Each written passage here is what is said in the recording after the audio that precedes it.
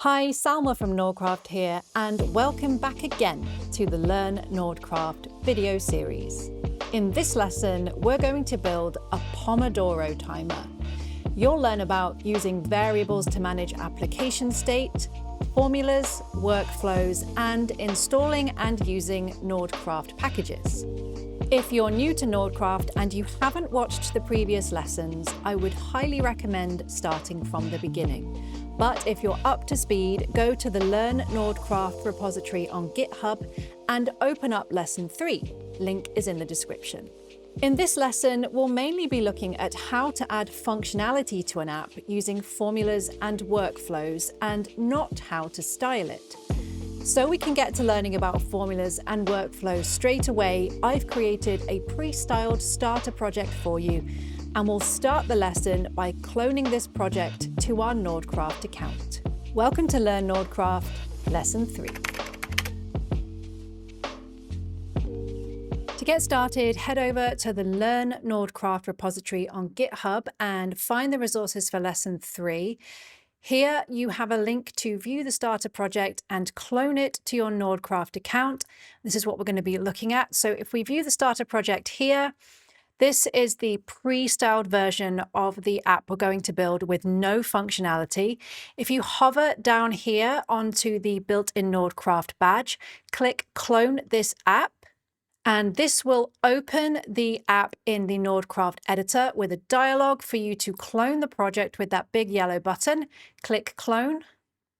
Choose the organization you want to clone the project to. Click Create Project.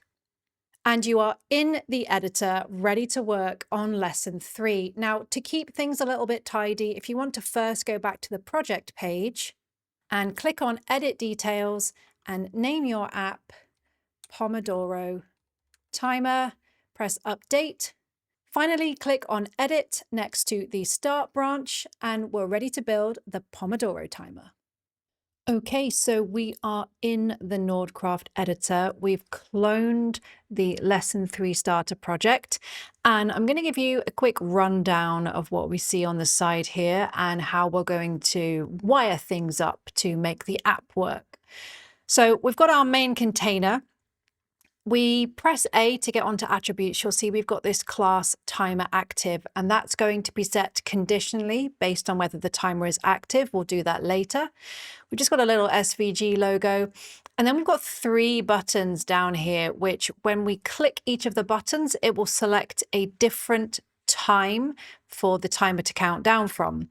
On Pomodoro, it will be 25 minutes. On short break, it will be 5 minutes. And on long break, it will be 15 minutes. And all of these times will be represented in milliseconds. This H1 here is going to be the time that we're counting down from, and it will show a countdown in a live view as well.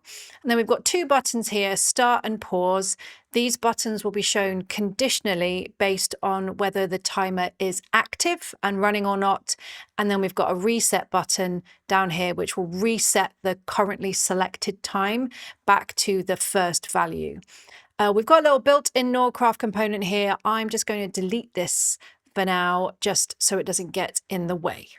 The first thing we're going to do is set up 3 variables which will control the application state. And each variable will have an initial value that will be what the state of the app is when the page first loads. With nothing selected in the HTML element tree in this page area here where we edited our metadata before, we're going to click plus next to variables to add our first variable. The first variable we're going to create is called selected, and this is going to store the name of the selected timer type. The initial value for this is going to be Pomodoro. And you'll notice that the current value here is represented as also the type of variable it is, and this is a type of string. The other values for the selected timer will be short underscore break and long underscore break, and we'll get to that in a moment. The next variable we're going to create is time remaining in milliseconds. So we click plus here, and we name it time underscore remaining underscore in underscore ms. And the first initial value for this will be 1,500,000, and that is 25 minutes in milliseconds. So this corresponds with the fact the initial value for selected is Pomodoro, which is 25 minutes, and the time remaining for that is 1,500,000 milliseconds. And finally, we're going to create a third variable called timer active, timer_active. And on page load, the initial value for this will be false. And you'll see here that we've got a Boolean. And just to reiterate that the time remaining in milliseconds here, that's a number. Next, we're going to wire up the 3 buttons to change the value of the timer. So we click on this first button in the HTML element tree on Pomodoro, and we're going to press E to go to the Events tab. So this is where we're going to add some JavaScript functionality to our app. And all of these are events that are available on this HTML element. We're going to add a click event. So right at the top, there's a little list item here called click, and let's click on that. So when this button is clicked, what we want to do is set the selected type of the timer to Pomodoro and also set the time remaining in milliseconds. So we click on this plus button here to add another node to this click event. You'll see here that you have the option to select the variables that we already set up. So I'm going to click on Set Selected, and the value of this is going to be Pomodoro. We're also going to set the time remaining in milliseconds to that initial value of 1,500,000. Press Done on that. And then we're going to set the click event on the short break button. So again, select the short break button HTML element. We've got the Events tab already selected. If not, press E to select it and add another click event. So this one we're going to set selected as short_break. And we're also going to set the time remaining in milliseconds to 300,000. And finally, we're going to add the same click events to the long break button. Click on the long break button this time and head over to the Events tab. If it's not selected, press E, and we're going to add another click event. Add a new node to this. We're going to set selected as long_break. And we're going to set the time remaining in milliseconds to 900,000. Currently, all of these buttons look the same, but I've set up a CSS class for you in the Style panel to help you determine on the front end which type of timer is selected. So if you click on Button here, press S for the Style tab, you'll see we've got this selected class here. So what this does here, the selected class sets the background of the button to pink 700, and the default style of the button has no background, so it's just white text. To dynamically set this class, we're going to press A to go to the Attributes tab, and on here we're going to click the FX button next to the selected class. Here we're going to take the value of selected from that variable, and we're going to use the equals formula to say if this selected variable equals Pomodoro for that first button.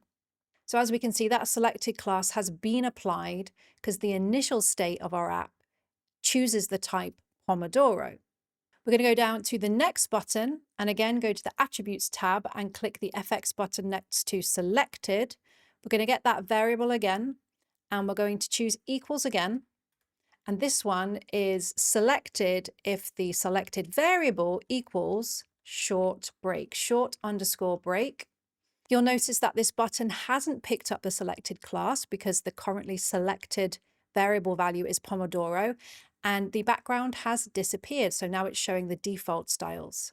Lastly, we'll do the same thing for the long break button. Head over to the Attributes tab for that button, click the FX button, choose selected equals long_break. So now what we've done, we've wired up these 3 buttons to set the selected variable based on the type of button, and we've also shown a CSS class to show which one is active. If we press T to go into test mode, these buttons will actually work. So these are actually selecting the selected variable in the application state and reflecting that they're selected using that CSS class. Next, we're going to work on displaying the initial time on the timer. Currently in this H1, there's just a static 0 time, but we're also going to need a couple of formulas in order to display this time correctly. The first formula we're going to need is a left pad formula, which is going to add a 0 to the left of a single digit. First of all, with no HTML elements selected, find the formula section on the right panel and click the plus button. We're going to name this formula left pad, and it's going to take an input, which is going to be a number, and my test value is going to be 10. The formula is going to take the input and then it's going to concatenate that value with a 0 on the left. So we choose concatenate, add a node like we did in lesson 2, and drag that 0 to the left or to the top of the input. So what this formula is currently doing is adding a 0 regardless to the left of any input. But what we want to do is make sure we take the last 2 digits of this string. So we can do this. We can use the take last formula, which takes items from the end of an array or string, and we can take the last 2. So you'll see now it's just outputting 10, even though we have concatenated that value to the left. To test this with a single digit, which is actually when this formula is needed, we can go to the test value section here, where we define the name of the formula, and just delete the 0. And so our test value is now 1, and you'll see that 1 here has been left padded. We're ending up with 0, 1. So that's the left pad formula. You'll see there's a warning here because we're not using it yet, but we'll be using it in a moment. The next formula we're going to need is called time in minutes, and this is going to make showing the display of the time as it counts down a little bit easier. So let's add a new formula by clicking the plus button, and we're going to call this time in minutes. It takes no input because we're going to use the time remaining in milliseconds variable. So we start by grabbing the time remaining in milliseconds variable, and we're going to use the divide formula to divide that by 60,000. And then we're going to round it down. And that's our output. This is 25 minutes without any seconds on it or any milliseconds on it. And we're going to need to use this when we display the time. Next, we're going to work on displaying the time. So we're going to create a formula on this H1 text node that's going to show the time remaining in minutes with a colon, and then a little bit of a funky formula to display the time remaining in seconds. So click on the text node inside the H1 and go up to the FX button next to the text box on the right. So we're going to first set up that we want to concatenate 3 values, time remaining in minutes, a colon, and then the seconds. So select concatenate first, and we're going to add 3 fields for the minutes, the colon, and the seconds. We're going to add the colon in here just so we know what we're working with. In the first field on concatenate, we're going to get the time in minutes formula that we set up before. And just in case the digit is 1 or 2 remaining minutes, we're going to left pad that to make sure that we have 0, 1 or 0, 2. So we're already using those 2 formulas we just set up before, time in minutes and left pad. Now we can do all of that calculation inline in this formula to display the time, but it keeps things a lot tidier if you can split out bits of functionality into separate formulas. Now I could have created a formula for time remaining in seconds, but that was a little bit more complicated and I didn't really know how to name it. So we're going to do all of that calculation inline in this formula. So on the third field in the concatenate formula, let's click on the plus button to the left. And we're first going to take the time remaining in milliseconds. Click on the plus button to the right of that node, and we're going to use the divide formula to divide that number by 1,000. Click on the right to that node, and we're going to then minus, and this is going to be time in minutes multiplied by 60. So if we choose the left plus button here, we're going to get the time in minutes again. Sometimes it's easier to expand this formula to make it a little bit easier to see. We're going to get the time in minutes, and we're going to multiply that by 60. And then to the right of minus, we're going to choose the round down formula. And then we're going to left pad this one as well by clicking on the right. And here we have our output, 25 minutes. Click exit on that formula, and what you should be able to see now is that when you click on the separate buttons for defining what type of break or Pomodoro timer we want, you'll be able to see the display time change as well. So press T to go into test mode, click short break, it changes to 5 minutes, click long break, and it changes to 15 minutes. Click back on Pomodoro, and you've got 25 minutes. Before we get started on the countdown functionality, I just want to do a bit of work on the start and pause buttons. So at the moment, you can see both of these, but we're going to show and hide these depending on whether the timer is active or not. But first of all, we need to add a click event to the pause button to pause the timer. So if you click on the pause button HTML element and press E for the events tab, we're going to add another click event as we did before. And what we're going to do is set the timer active on this button to false. Next, we're going to show and hide the pause button based on whether the timer is active or not. So we only want to show the pause button when the timer is active. So if you click on the pause button, press A for the attributes tab and go over to this show area and click the FX button. And here we're just going to select timer active. Timer active is a Boolean, so if it's false, the output will evaluate to false, meaning that the pause button won't show. If the timer is active, this will evaluate to true and the pause button will show. Next, we want to do the opposite for the start button and only show the start button if the timer is not active. Click on the start button, go back to the attributes panel again and click on show. We can choose the timer active variable again, and this time we can just choose the not formula, which is getting the Boolean opposite of an input value.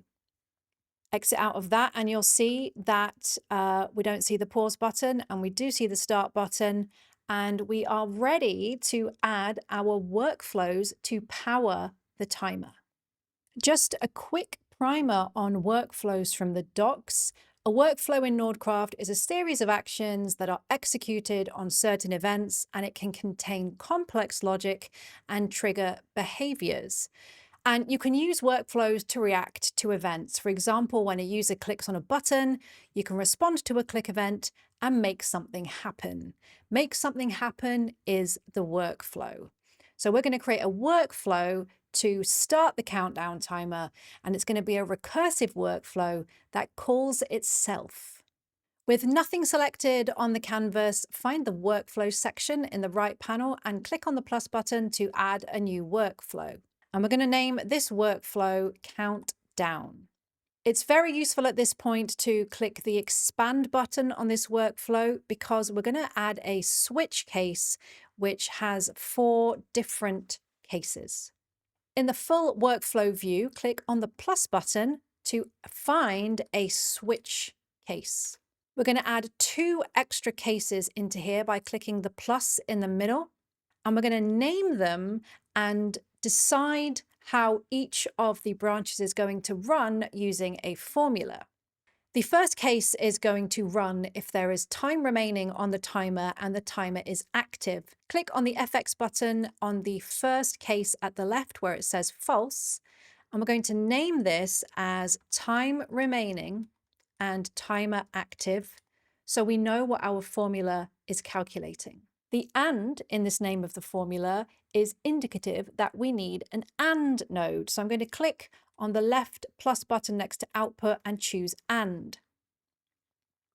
The first field in the AND operator is going to be whether there is any time remaining on the timer.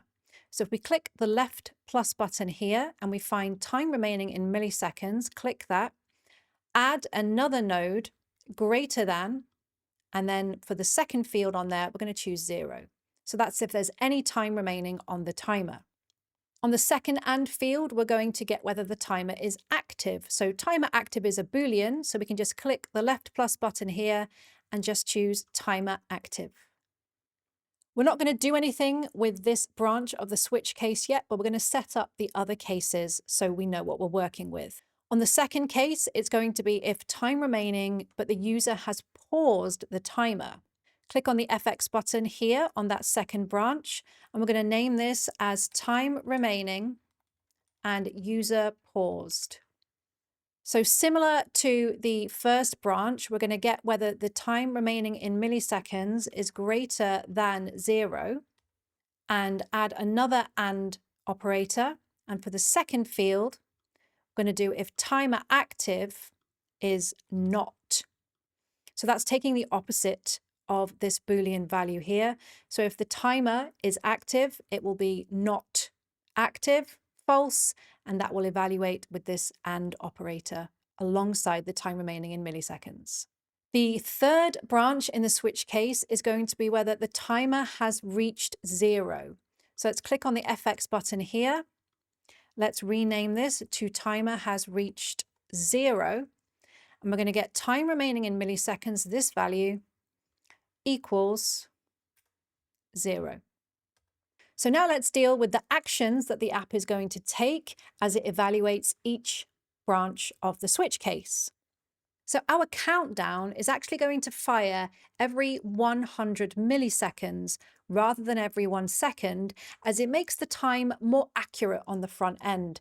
It especially prevents the time looking like it's continuing to count down after the user presses the pause button, which can happen if you're only evaluating this whole workflow by just 1 second at a time.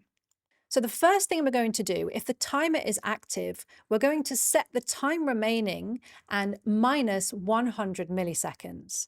So if we click on this plus button here underneath time remaining and timer active, we're going to set the time remaining in milliseconds, and this is going to be based on a formula.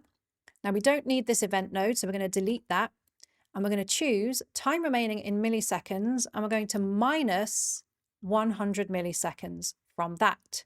So every time it counts and recursively counts, which we'll get to in a minute, it will minus 100 milliseconds from the total time remaining. If you want to learn a little bit more about recursive workflows, there is a whole section on the Nordcraft docs for that. I will link it in the description. And it gives you kind of a little bit of an overview of what you need to bear in mind. Now, also what I want to draw your attention to is this section working with workflows in the docs as well, and how there is a difference between sequential and asynchronous execution, which can get a little bit confusing if you are not familiar with how workflows work. Now, workflows execute nodes in the order they appear, sequential, but some nodes, like API calls, work asynchronously. And this means the nodes are always called in sequence, but asynchronous nodes may not complete before the next node starts executing. And we need to use callback events to handle these results, and that's what we're going to be doing here. This is very important to remember. This is why some nodes have specific callback events, and we're going to use the tick callback event in our recursive workflow. So let's set that up now. So given that we are minusing 100 milliseconds from the time remaining each time the timer is going to tick, in order to perform the next action, which is to reduce the time by 100 milliseconds again, we need to wait for 100 milliseconds. So we're going to choose a sleep node here, click the plus button and search for sleep. And the delay in milliseconds is going to be 100 because that's how many milliseconds we're subtracting from the time remaining. And here is where the asynchronous versus synchronous kind of node behavior comes to light. So these nodes are all happening sequentially. But because we're sleeping here, which is kind of an asynchronous operation, we need to use this little button here, the tick, this is the callback, to then perform the next action. If we added another node here to count down again, the countdown would happen straight away and not wait for those 100 milliseconds to pass. So here's where the recursion comes into play. We're going to click on this tick button, and after that sleep has happened, after the app has waited for 100 milliseconds, what we're going to do is call the workflow and count down, which is then going to evaluate all of these branches again and perform actions depending on what branch has evaluated to true. That is the main countdown portion of this workflow done. It executes based on whether there is time remaining and the timer is active. It subtracts 100 milliseconds from the remaining time in milliseconds, waits for 100 milliseconds, and then calls this whole workflow again. We don't need to do anything for the next case, which is where there is time remaining and the user has paused the timer. So we can now go on to the case where the timer has reached 0. The first thing we want to do on this branch when the timer has reached 0 is set the timer active to false, which means that it will no longer continue to count down because the first branch will not evaluate to true. The next thing we want to do when the timer has reached 0 and your break has finished or your Pomodoro session has finished is play a sound. To do this, we're going to install a package by Andreas at Nordcraft, which will enable us to easily and quickly play audio right from this workflow editor. So first off, let's close the countdown view by clicking on the arrow in the top left. I'm going to go to the left panel to this little clock icon where it says View and Install Packages. We're going to search for the package Web Media. I'm going to click on that. Here it is. There's a nice bit of web media playing. Let's just press pause. This package allows you to control media playback in Nordcraft, add sound effects to your Nordcraft app, or build a custom video player. I'm going to like this package because that's a cool thing to do. And I'm going to click on the blue install button. All right, we are ready to use the package. We go back to the home page and we go back to our countdown workflow. Already we'll have all of the package functionality available for us to use inside this workflow. So we're going to click the plus button underneath Set Timer Active to False, and we're going to search for Play Audio. Now here you can just add a URL in to an audio file and this workflow will trigger it and it will play in the browser. I've already created a sound for you that you can use for free in your app with no worries about any copyright or royalties. And you can find this on the GitHub Learn Nordcraft repository Lesson 3 resources. So if you go back to Lesson 3 on the Learn Nordcraft repository on GitHub, scroll down and you have this here URL to focus timer alert sound. Click to copy it and then let's paste it into the workflow. Back on the countdown workflow, we can just select this field here and paste that in. And that one's done. And that's it. The timer is pretty much hooked up. Now, I'm sure you're wondering, how can I test that sound without waiting for 25 minutes, 5 minutes, or 15 minutes? And I'll show you how we're going to do that. We're going to change the value of the short break to a tiny value so that we can go into test mode and see the timer count down to 0 and play that sound to check that everything's working. So if you click on the short break button and let's go to the events tab and go to the click event here that we set up before. And we're going to set this time remaining instead to just 3000 milliseconds.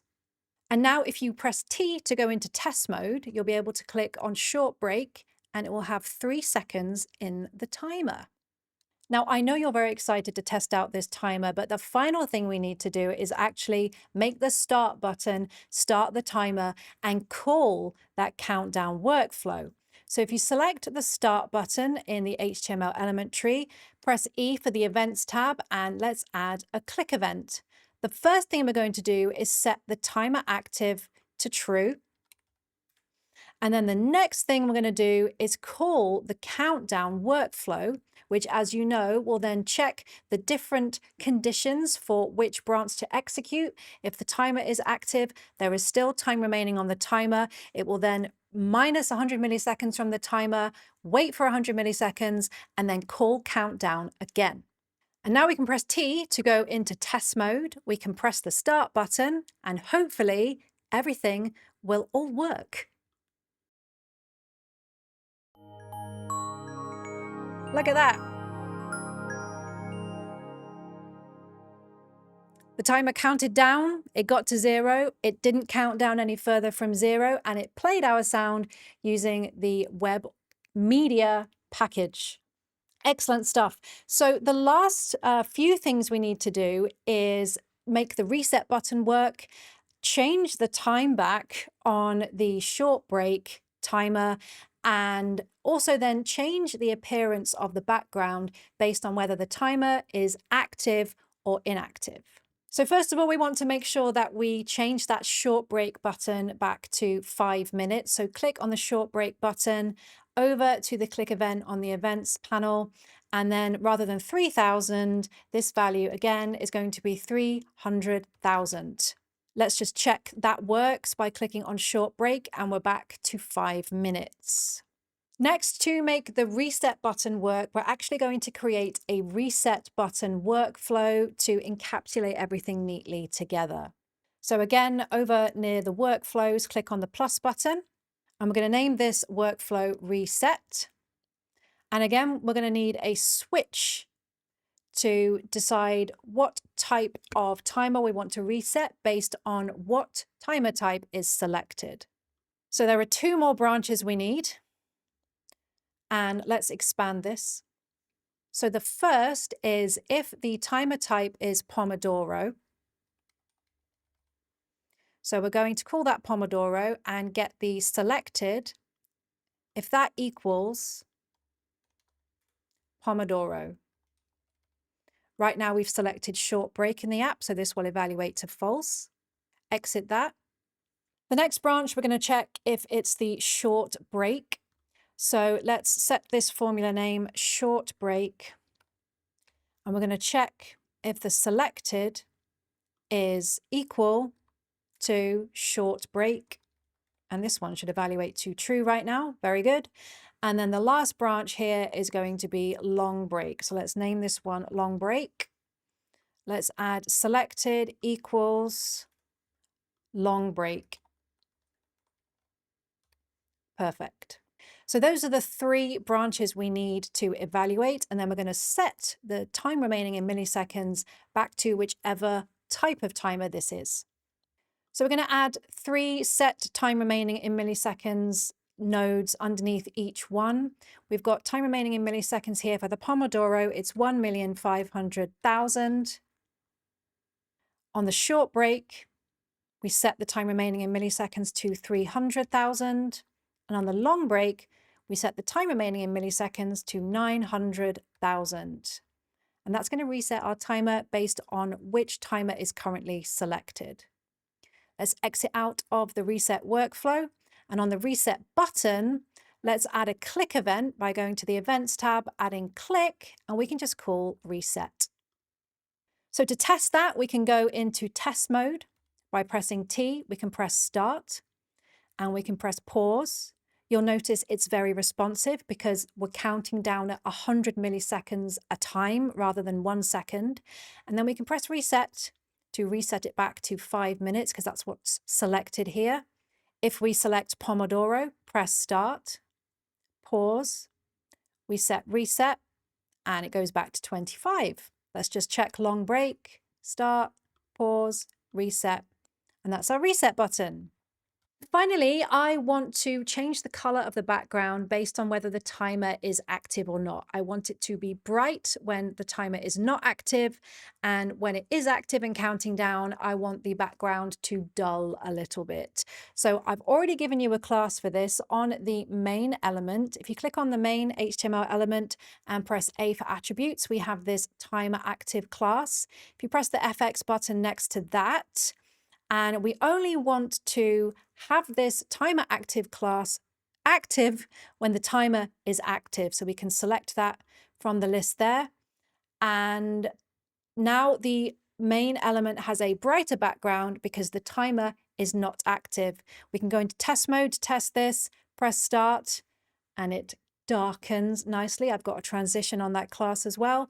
Press pause, and it brightens up. Finally, let's just have a look at this app outside of the editor on a preview tab. We've got Pomodoro, short break, long break. We can select these, the timer changes. We can press start. We can press pause. We can reset the timer, and that's your app. You can deploy the app to your own Nordcraft account. You can send it to your friends, or you can just enjoy it. Maybe play about with the styling, maybe have some fun with it. And I'd love to know what you've got up to with this lesson in the Discord. That was lesson 3. You just completed a Pomodoro timer. You learned how to use formulas, formulas within formulas, workflows, workflows in workflows, recursive workflows, and I hope you had a great time. In lesson 4, we're going to build an important office productivity survey form. We're going to go deep into forms and form validation, and we're going to keep track of state in session storage. We're also going to post our form data to an API and respond in the UI accordingly. I'm really looking forward to this one, and I'll see you there.